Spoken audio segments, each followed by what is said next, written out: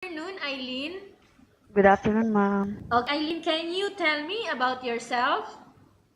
I'm ailyn Hawari. I'm 25 years old. I'm single mother and have one kid. Okay, I have a few questions for you to answer, so let's start. Yes, ma'am. Why do you want to work as a maid? I want to help my family to give a better life. Why you choose Malaysia when there is a lot of other country? It's near to the Philippines, ma'am, and I'm familiar in the culture. How are you qualified for this job? I'm hardworking, honest, and patient. May I know what your educational level is? I'm high school graduate, ma'am. What is your recent working experience? I work in Kuwait as domestic helper for 2 years. Okay, this is finished contract? Yes, ma'am. Okay, do you have experience of taking care of babies? Yes, ma'am. Whose babies are you taking care of? Baby of my employer, ma'am. Okay, how about elderly people? No, ma'am, but I'm willing to learn. Do you have any other special skills? I love kids, ma'am. Are you willing to learn new skills? Yes, ma'am. Are you willing to work with a family where the mother-in-law or any relative stays together? Yes, ma'am. Currently, are you still working now? No, ma'am. Do you know how to cook? Yes, ma'am. Like What? Filipino food, ma'am. Okay, so Filipino food and? And Arabic food. Okay, how about other dishes like Chinese food, European, Indian food, and Malay food? No, ma'am, but I'm willing to learn. Okay, are you aware that you will have to do washing, cleaning, ironing, and cooking? Yes, ma'am. From all the house chores like washing, cleaning, ironing, and cooking, which do you like most? Take care babies, ma'am, washing and cleaning. You are not allowed to use handphone during working hours. Yes, ma'am. You are only allowed to use handphone after you finish all the works and when going to bed. Yes, ma'am.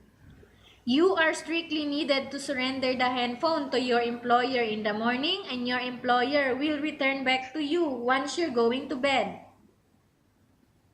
Yes, ma'am. If ever your employer finds out that you're abusing of using your handphone and it's affected your work performance, your employer will confiscate your handphone and you are not allowed to hold it anymore.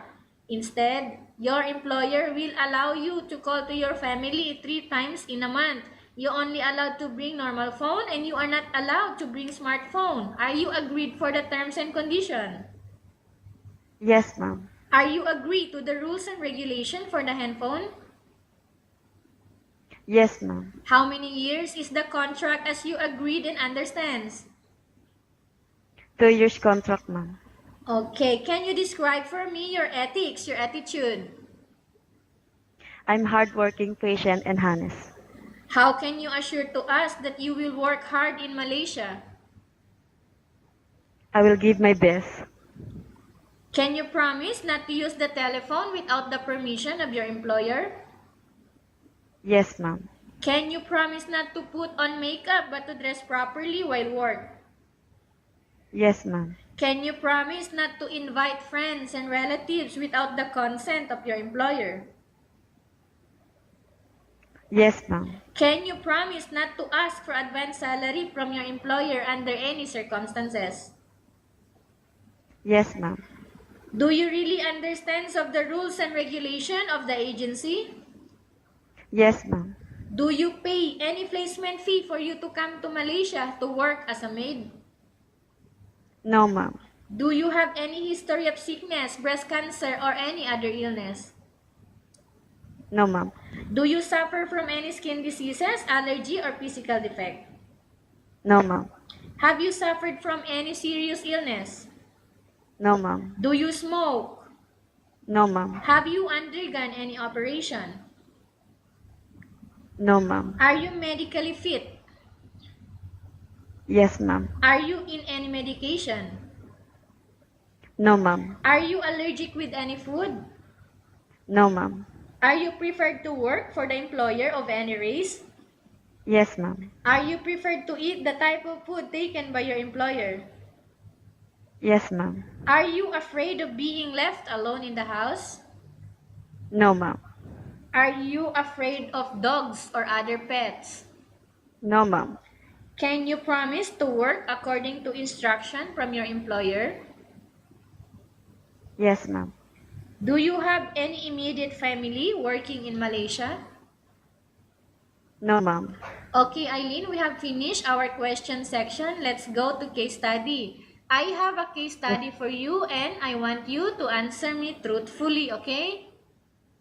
yes, ma'am. Upon arrival in Malaysia, within 6 months only, if ever any of your family members passed away, what will you do? I will continue working, ma'am. So tell us about yourself and why do you want to work in Malaysia as domestic helper?